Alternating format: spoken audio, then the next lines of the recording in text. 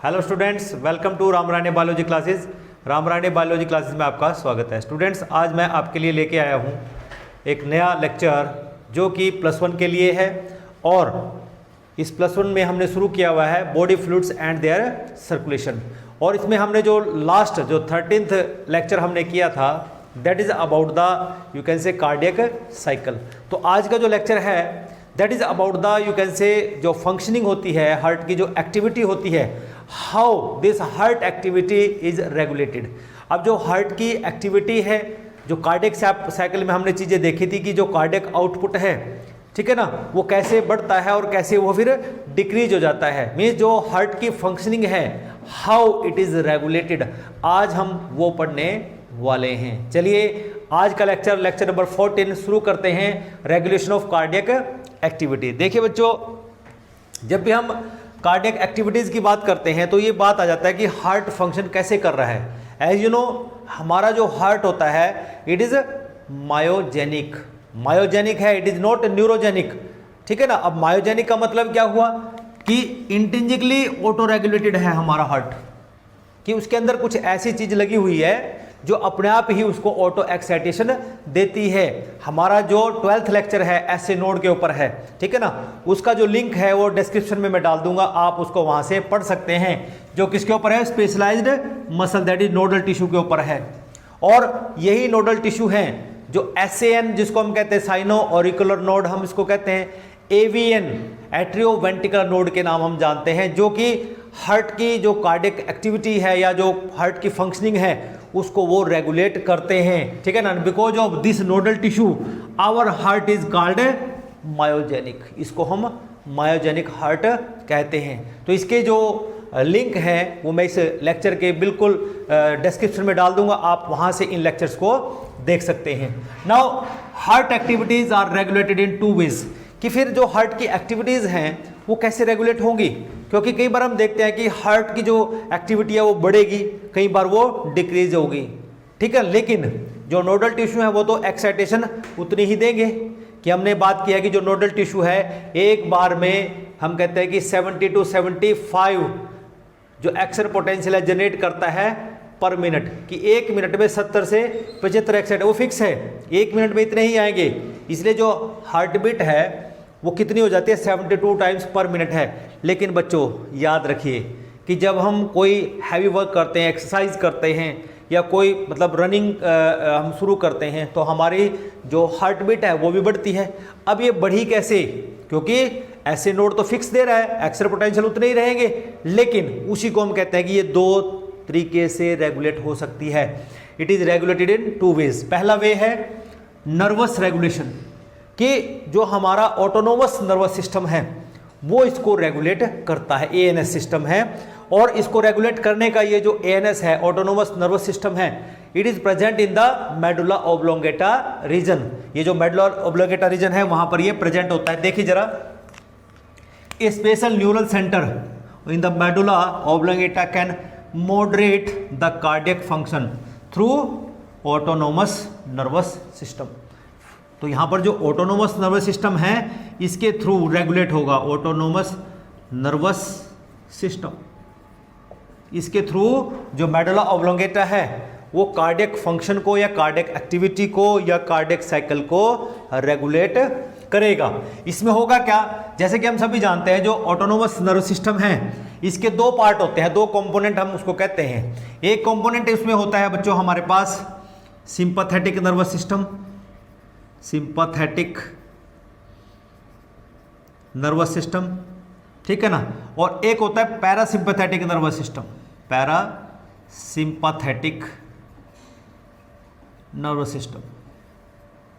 मतलब ये 2 तरह के इसके पार्ट होता है, कंपोनेंट होते हैं फर्दर, तो यही इसको रेगुलेट करते हैं। जब सबसे पहले देखिए neural signal flow through the parasympathetic nerve, जो पार्ट है इसका ANS का है, can increase the rate of heart beat. Means जो सिंपैथेटिक न्यूरल सिग्नल आएगा वो क्या करेगा? हार्ट बीट को इंक्रीज करेगा। एंड उससे क्या होगा? Strength of the ventricular contraction भी लगता है कि हार्ट बीट बढ़ेगी तो वेंट्रिकुलर स्ट्रेंथ भी बढ़ेगी, कि वेंट्रिकुलर जो सिस्टोल होता है ना उसकी strength will increase and thereby cardiac output will increase, क्योंकि कार्डियक आउटपुट ही बढ़ने का मतलब है कि हमारी बॉडी के अंदर ज़्यादा से ज़्यादा एनर्जी चाहिए, और एनर्जी वो तभी मिलेगी जब कार्डियक आउटपुट बढ़ेगा। और कार्डियक आउटपुट तब बढ़ता है जब वेंट्रिकुलर सिस्टोल बढ़ेगा। और वेंट्रिकुलर सिस्टोल कब बढ़ता है? जब हार्ट बीट बढ़ेगी।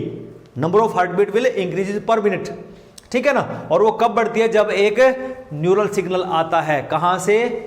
जो सिंपैथेटिक नर्वस सिस्टम है, ठीक है ना, उससे आता है, जो कि पार्ट है ऑटोनोमस नर्वस सिस्टम का। तो इस तरह से क्या होगा, जो कार्डियक आउटपुट है that will be increased. After that, अब जब कार्डियक एक्टिविटी बहुत ज़्यादा बढ़ जाती है, मीन्स ब्लड प्रेशर बहुत ज़्यादा बढ़ जाएगा, तो उस केस में क्या होगा, वो नॉर्मल भी आना है। ये तो नहीं होता कि वो बढ़ता ही जाएगा। तो उसको नॉर्मल आने के लिए क्या करना पड़ेगा? एक दूसरा सिग्नल आता है on the other hand, parasympathetic neural signal, जो कि another component of autonomous nervous system है। वो क्या करेगा? Decrease the rate of heart beat. इसका मतलब क्या हुआ कि जो सिंपैथेटिक सिग्नल है और जो पैरासिम्पैथेटिक न्यूरल सिग्नल है, they are antagonistic to each other. कि जो सिंपैथेटिक है वो हार्ट बीट को बढ़ाता है, और जो पैरासिम्पैथेटिक है हार्ट बीट को डिक्रीज करता है। जब हार्ट बीट डिक्रीज होगी तो ऑटोमेटिकली जो वेंट्रिकुलर जो सिस्टोल हो रहा है वो भी डिक्रीज होगा। मीन्स इसकी जो स्पीड है कंडक्शन ऑफ एक्शन पोटेंशियल, कि जो ऐसे नोड ने जो एक्शन पोटेंशियल जनरेट किए थे उसका जो कंडक्शन एवीएन करता है, तो ये उस स्पीड को कम कर देगा। कौन? Parasympathetic nervous system. जिससे क्या होगा, जो कार्डियक आउटपुट है वो डिक्रीज हो जाएगा। तो ये भी याद रखना बच्चों कि जब sympathetic nervous system neural signal आया था, तो जो उसने क्या किया था, वो एक वैसो कंस्ट्रिक्टर का काम भी करता है। किसका काम करता है? वैसो कंस्ट्रिक्टर, मीन्स वेसल्स को कॉन्ट्रैक्ट करता है, जिसकी वजह से होगा कि जो ब्लड प्रेशर है, जो कार्डियक आउटपुट है, वो यहाँ पर बढ़ जाता है। लेकिन जो पैरासिम्पैथेटिक है ये एक वैसो डायलेटर है, ये वेसल्स को चौड़ा कर देता है, जिससे क्या होगा, ब्लड प्रेशर हमारा नॉर्मल आ जाता है। एक सेकंड, यहाँ पर हमारे पास कुछ बैरोसेप्टर्स लगे होते हैं। ये भी क्या करते हैं? ये भी हमारे जो ब्लड प्रेशर है, जो हार्ट की जो एक्टिविटीज़ है उसको रेगुलेट करते हैं। कि जो बैरोसेप्टर्स हैं या प्रेशर रिसेप्टर, जो प्रेशर को रेगुलेट कर रहे हैं कि प्रेशर कितना होना चाहिए, कम होना चाहिए, ज़्यादा। अगर ज़्यादा हो गया तो उसको कम करना, अगर कम है तो उसको ज़्यादा करना। तो these receptors are present in the wall of the carotid artery. कि जो वॉल होगी ना कैरोटिड आर्टरी की, आप देख रहे हैं यहाँ पे, ये क्या है, हमारे पास एक कैरोटिड आर्टरी मैंने बनाई है। तो इसकी वॉल के अंदर यहाँ पर ये बैरोसेप्टर प्रेजेंट होते हैं। दूसरा, wall of the aortic arch, आप यहाँ पे देखिए ये वॉल एरोटिक आर्च है, ये दिस इज एरोटिक आर्च। इसकी वॉल के अंदर यहाँ पर ये बैरोसेप्टर मैंने यहाँ पर दिखा रखे हैं। तो ये बैरोसेप्टर्स भी क्या काम करेंगे? ये भी अगर ब्लड प्रेशर ज़्यादा हो रहा है, मीन्स यहाँ से ब्लड प्रेशर ज़्यादा हो रहा है, तो एकदम से जो बैरोसेप्टर्स हैं वो क्या करेंगे? एक्टिवेट हो जाएंगे। और ये बैरोसेप्टर जब एक्टिवेट होंगे तो ये कैरोटिड आर्टरी के थ्रू, मीन्स जो कैरोटिड साइनस है उसके थ्रू मैसेज मेडुला ऑब्लोंगेटा को जाएगा। मीन्स जो कैरोटिड साइनस है it gives message to the Hering's nerves, and Hering nerve के थ्रू ये मेडुला ऑब्लोंगेटा को फाइनली पहुंच जाता है। इसको फीडबैक बोलते हैं कि प्रेशर अगर बढ़ा है तो फीडबैक मेडुला ऑब्लोंगेटा के पास जाना चाहिए कि प्रेशर बढ़ा है। अब उसको मिनिमाइज भी करना है क्योंकि ज़्यादा नहीं हो सकता, लेकिन साथ के साथ क्या हो रहा है बच्चों, यहाँ पे एक डायरेक्ट लिंक भी है जो मेडुला ऑब्लोंगेटा को इस मैसेज को पहुंचा देता है, जो जाता है वैगस नर्व के थ्रू। तो इस इन दिस वे कि जो रेगुलेशन है हमारे पास, जो नर्वस रेगुलेशन है, it occurs in the human beings. तो आगे हम देखते हैं कि एक और दूसरा टाइप का रेगुलेशन है, that is chemical regulation.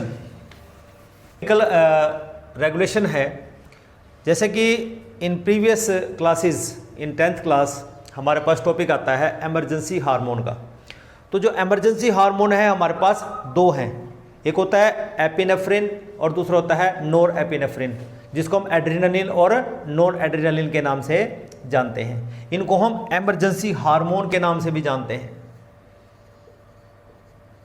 Emergency hormone, emergency hormones इनको इसलिए बोला जाता है क्योंकि ये एमरजेंसी के टाइम में ही रिलीज होते हैं बॉडी में, अदरवाइज ये इनका रिलीज नहीं है। ये एमरजेंसी के टाइम पे ही है कि जब हमारी बॉडी की नीड होती है तभी ये रिलीज होते हैं, and they release from the adrenal medulla.